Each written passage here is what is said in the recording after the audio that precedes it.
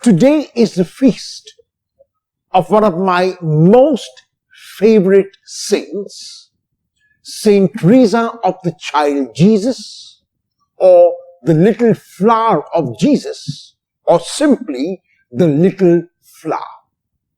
She was a woman who was so in touch with God that she could talk with God directly and God would respond.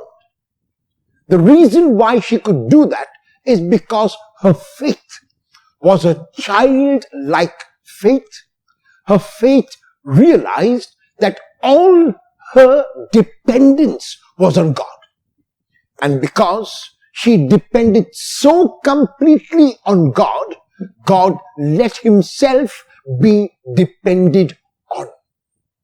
Saint Teresa was born in the year 1873 and lived for a brief 24 years. She died in the year 1897, and she died of the dreaded disease in those days of TB or tuberculosis. Saint Teresa, when she was aged 15, got special permission from the Pope to enter religious life, and all of her adult life from the age of 15 till she died at the age of 24, she lived in a cloistered Carmel convent. Saint Teresa wanted to give her entire life to God. She wanted to hold nothing back, and the one motto, she said, the one key to life was love. She was saying very clearly that God did not desire great actions. God did not desire great bravery. God did not desire great giving. God desired that whatever action be performed, whatever bravery one would show, whatever giving one would do, had to be done with love. Saint Teresa was a person who lived her life at every moment, and she had tremendous challenges from the moment she joined religious life. And of these tremendous challenges, I'd like to point out two which she was able to surmount because of her dependence on God. The first was her own health. She was really a very sickly young girl, and no matter how much she tried, she could never really keep good health for a long period of time. And she was constantly suffering from this ailment and that, from this disease and that, from this sickness and that, and yet she never let that get her down.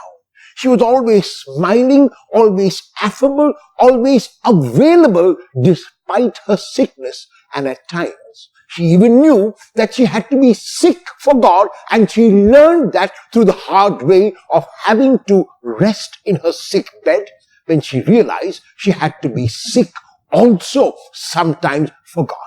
Sometimes her action was action directed to help others. Sometimes her action was directed to pray. But at other times, her action was directed to her lying and accepting the fact that she was frail and could not do as much as she would have liked to have done. The second challenge that she faced was in community life. Given the opportunity, she would have been happy to spend all of her life simply contemplating God, simply talking with the Lord, simply listening to the Lord. But community life demanded that she had to do other chores. She had to also be with the other sisters who were in the convent. She had to interact with them. She had to dialogue with them. She had to play with them and work with them and eat with them and sing with them. And this could be tremendously challenging for a person who wanted simply to be in the presence of the Lord. But Saint Teresa learned how to make all of those activities also pleasant for herself. And she lived completely the community life, even though it was a tremendous challenge for her. This little flower, this young saint, invites us to love as she did, invites us to live as she did, where she says to us, it is not the number of years that we live that are important, but how we live whatever years God gives us, that is important. If we live like her and perform every action, speak every word only from love, then we will have honored this great saint, Saint Teresa of the Child Jesus, the little flower of Jesus, the little flower.